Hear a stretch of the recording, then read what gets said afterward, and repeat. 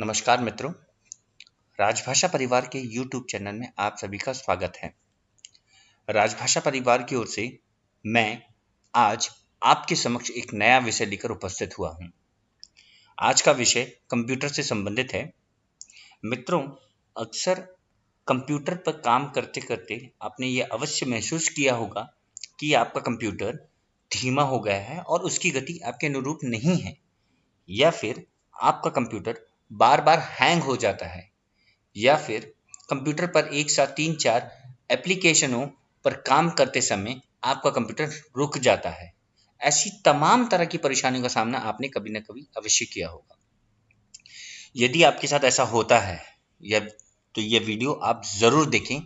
इस वीडियो के माध्यम से मैं आपकी समस्या का समाधान अवश्य करूंगा। मित्रों, यदि आपको हमारा ये प्रयास अच्छा लगता है तो कृपया इस वीडियो को अवश्य लाइक करें और हमारे चैनल की सदस्यता अवश्य लें।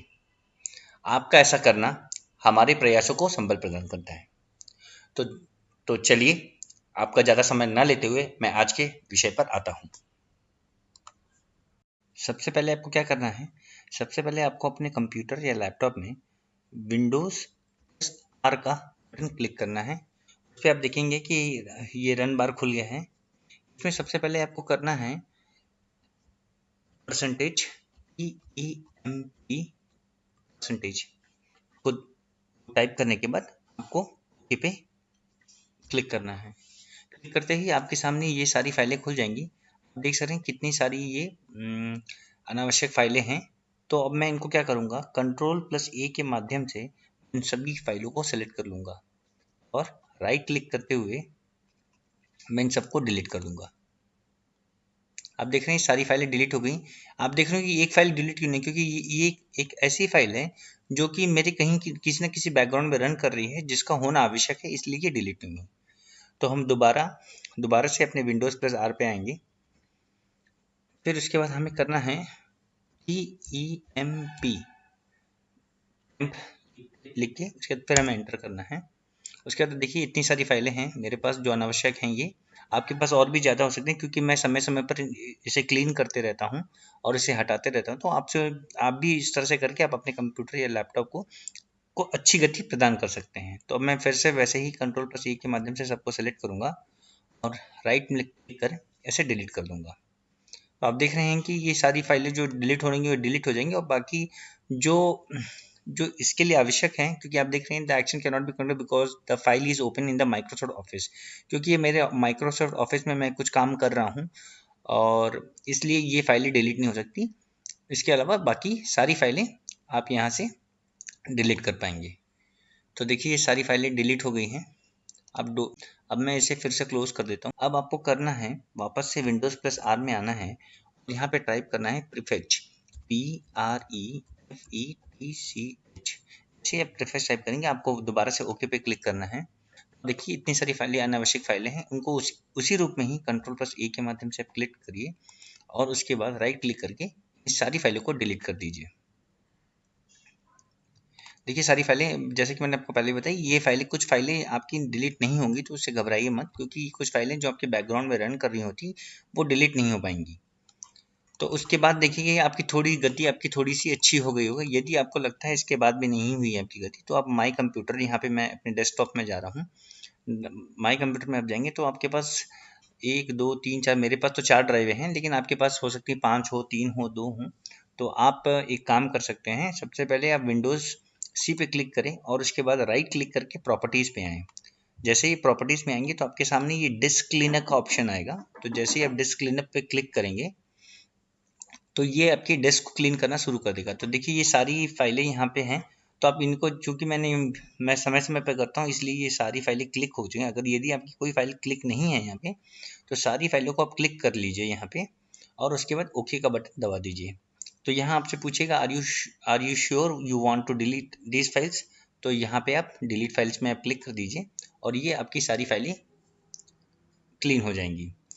इसके साथ ही आप अपनी D drive, E drive, F drive, आपके पास जितनी सारी ड्राइव है, आप इसी प्रक्रिया में आप सारी ड्राइव को भी क्लीन कर सकते हैं।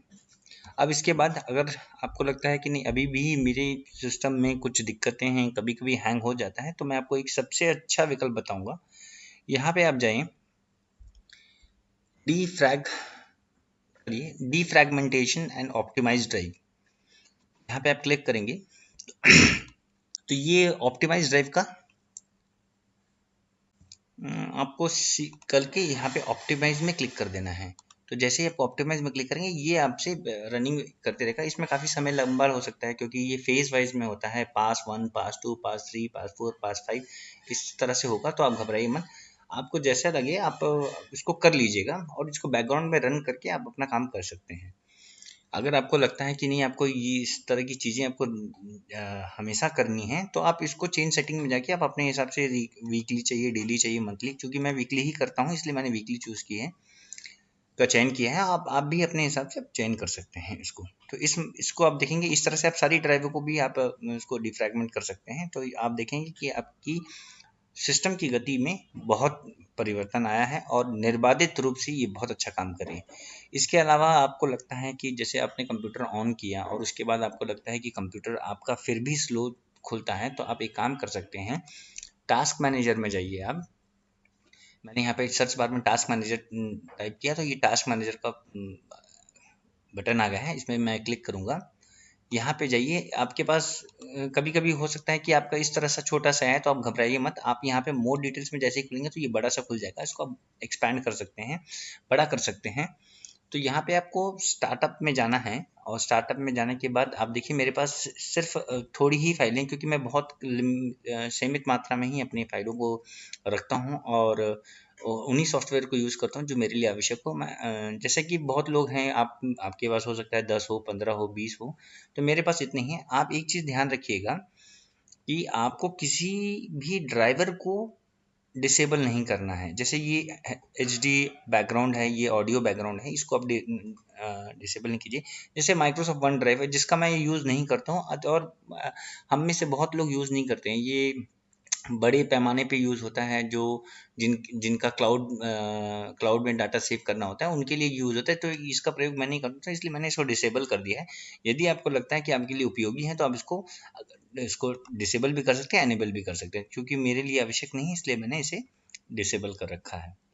और एक चीज़ आपको सबसे महत्वपूर्ण है, आप एक चीज़ आपको याद रखना है, यहाँ पे आप देख रहे हैं कि विंडोज सिक्योरिटी नोटिफिकेशन का बटन दिया हुआ है।